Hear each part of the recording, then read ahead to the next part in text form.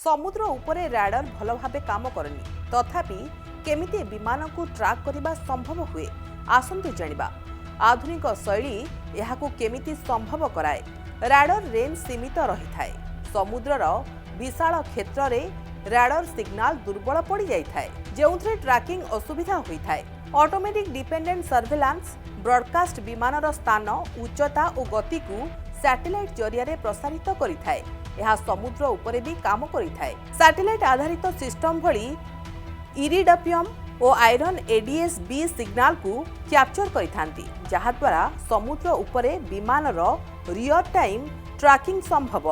विमान में लागिथिबा transponder signal पठे थाए, जहा तार परिचय और स्थिति विषय कही थाए। Air shift communication addressing and reporting system विमानरू ग्राउंड स्टेशन पर्यंत डाटा पठाई थाए।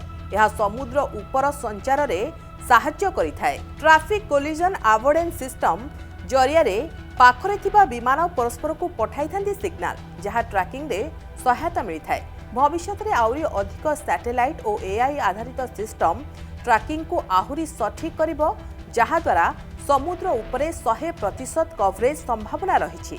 एडीएस-बी सैटेलाइट ट्रांसपोर्ट और एसीएआरएस भली टेक्निक समुद्र उपरे विमान को ट्रैकिंग को आउरी सहज और सुरक्षित करिबो।